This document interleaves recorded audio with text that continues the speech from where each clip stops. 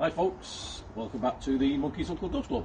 Now today we are going to be fitting underneath the Volkswagen T4 the engine belly cover goes underneath. Now originally it came with a very heavy metal one.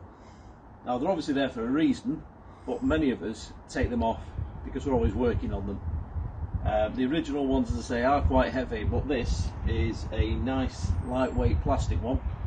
I will put the link for this product in the drop down box below later, but the bag of nuts and bolts that came with it for fixing is Romix. You can see that there, and it actually also does Volkswagen, Ford Galaxy, the Transporter and the Volkswagen Chiron and the Seat Alhambra.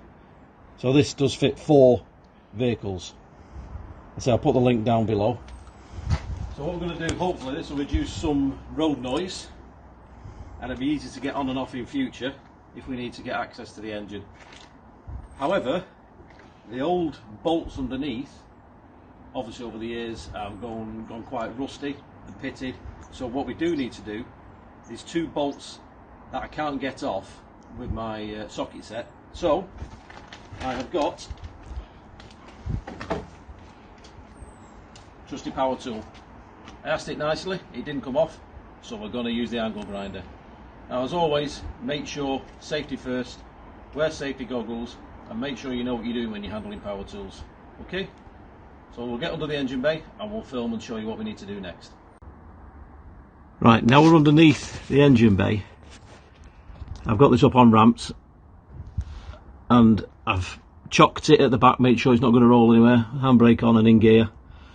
So these on here, that's rubber and that's started to perish, but on top there's a bolt that won't come off. It may well come off on yours, okay, if you WD-40 it, and we've tried and tried, but there's 2 there, 1 on each side. So we're going to grind those off. If you're looking at the back, wondering where it is, working your way back, it's quite easy to miss at first, but it's just this bit here, and that is actually rubber and perish, but the new bits go on a good polyurethane, and there's a bolt that goes through there. So we'll get those off, we'll grind them off, and then we'll take it from there. Safety goggles on, let's give it a go. Have to bear with us with the noise.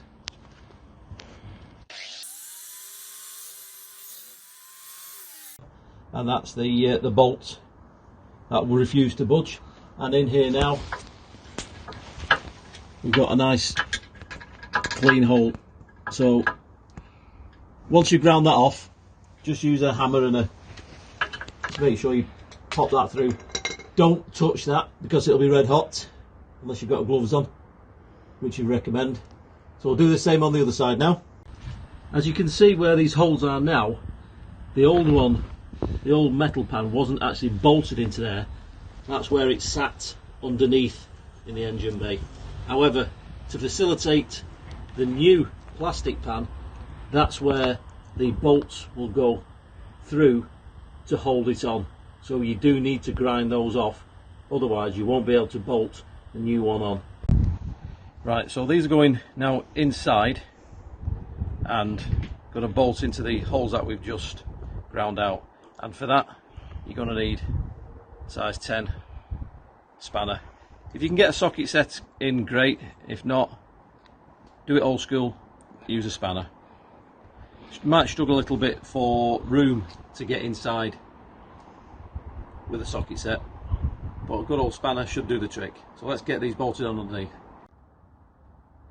Right, so that's that one there. That one's a little bit fiddly because it's quite tight. As I say, you'll need a spanner. You might struggle to get a socket set in there. And above me here is the other one, which is a lot easier access to get with a spanner around the back. So those are your 2 mounting bolts fitted. Okay, so now we've got the case, the bottom pan cover ready to go on. So I've got the bolts here now.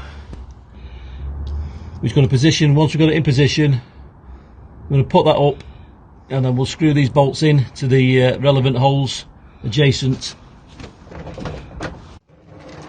round here. These are slightly smaller, so when you get your socket set it will force those through. and grip into the underside. So we'll put that on in position and then we'll put the bolts in. We'll show you what we're doing. So to fit these, they're actually a 13mm socket. It'll make it a lot easier and quicker once we're underneath the van. Okay, let's get that fitted. So we've got this positioned on the back with these bolts we've just put in. Pop these on here just to hold that in that side, and get the other one on there.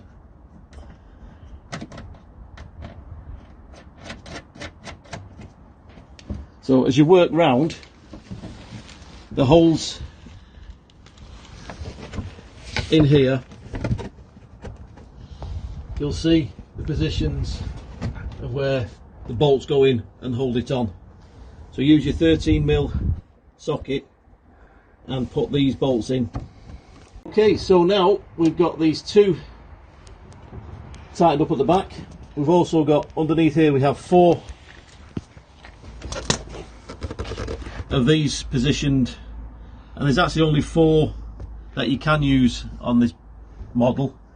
The pack does say it's for Volkswagen Transporter and Charan's and Ford Galaxy and the Seat Alhambra. So you're going to have nuts and bolts and plastic caps left over, so don't worry about that. But on the Volkswagen Transporter T4, you're only going to actually need 4 of those and 2 at the back, which we've fitted. So now they're all on, I'll show you the underneath and show what it looks like. It's less space for you to obviously get to your sump, so you can change your oil if you need to. And it's now protected all the way around. You're underneath your engine bay. So your other bolts, your 13mm bolts, go there, and 2 on the other side.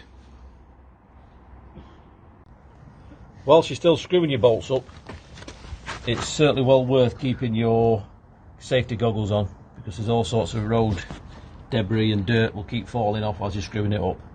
So remember, safety first, folks. We'll see if this makes any difference to the noise. It is quite noisy as an old diesel engine anyway.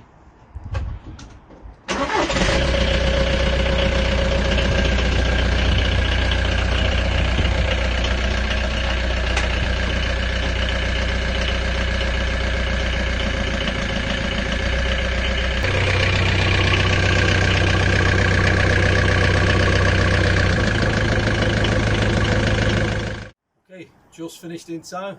The job just started to rain here, as it does in England most of the time, in the north of England. One thing I will reiterate again, I'm very lucky to have a set of ramps. If you can't, or you haven't got these, make sure you use a decent jack and preferably axle stands, and make sure you put blocks on the back wheels so they don't roll off. Leave your engine always in gear. You can sometimes hire these if you haven't got any.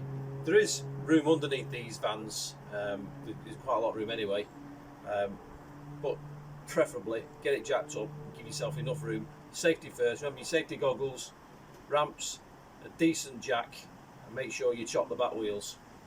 Any comments, any questions, leave them in the drop down box below, and thank you for watching, and we'll see you next time on the Monkeys on Dubs Club.